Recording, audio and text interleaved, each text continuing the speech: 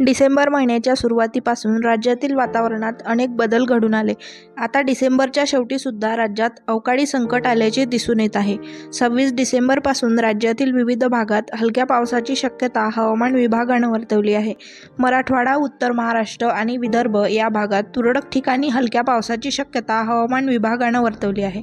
चला तर जाणून घेऊ राज्यातील काही प्रमुख शहरांमध्ये तापमान व हवामानाची स्थिती कशी असेल. राज्यातील किमान तापमानात वाढ झालेली दिसून येत आहे. तरीही काही भागात गारठा मात्र कायम आहे. 25 डिसेंबर रोज बुधवारला मुंबई आणि उपनगरांमध्ये सामान्यतः ढगाळ आकाश राहणार आहे. मुंबईमधील कमाल तापमान 30 अंश सेल्सिअस तर किमान तापमान 22 अंश सेल्सिअस इतके असण्याची शक्यता आहे. मुंबईमधील किमान तापमानात आणखी वाढ झालेली दिसून येत आहे. पुण्यामध्ये 25 डिसेंबरला धुक्यासह ढगाळ आकाश राहून तेथील कमाल तापमान 28 अंश सेल्सिअस तर किमान तापमान 20 अंश सेल्सिअस इतके असण्याची शक्यता आहे. पुण्यातील किमान तापमानात वाढ झाल्याने तेथील थंडीचा जोर कमी झालाय. मराठवाड्यातील प्रमुख शहर असलेल्या छत्रपती संभाजीनगरमध्ये 25 डिसेंबरला अंशतः ढगाळ आकाश राहणार आहे. तेथील कमाल तापमान 31 अंश सेल्सिअस तर किमान तापमान 18 अंश सेल्सिअस इतके असण्याची शक्यता आहे. 26 डिसेंबरपासून मराठवाड्यातील काही शहरांमध्ये हलक्या पावसाची शक्यता हवामान विभागानं वर्तवली आहे.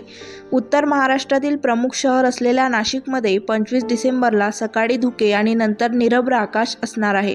नाशिकमधील कमाल तापमान 29 अंश सेल्सिअस तर किमान तापमान 18 अंश सेल्सिअस इतके असण्याची शक्यता आहे. उत्तर महाराष्ट्रातील काही भागात 26 डिसेंबरपासून हलक्या पावसाची शक्यता हवामान विभागानं वर्तवली आहे. विदर्भातील प्रमुख शहर असलेल्या नागपूरमध्ये 25 डिसेंबरला धुक्यासह ढगाळ आकाश राहणार असून तेथील कमाल तापमान 31 अंश सेल्सिअस तर किमान तापमान 16 अंश सेल्सिअस इतके असण्याची शक्यता आहे. विदर्भातील काही शहरांमध्ये 26 डिसेंबरपासून हलक्या पावसाची शक्यता हवामान विभागानं वर्तवली आहे. मराठवाडा, उत्तर महाराष्ट्र आणि विदर्भातील काही जिल्ह्यांना हवामान विभागाने 26 डिसेंबरसाठी पावसाचा येलो अलर्ट दिला आहे.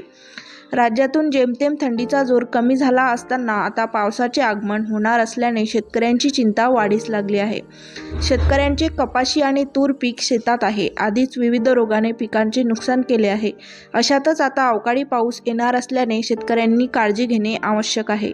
तर हा होता राज्यभरातील तापमान आणि हवामानाचा आढावा.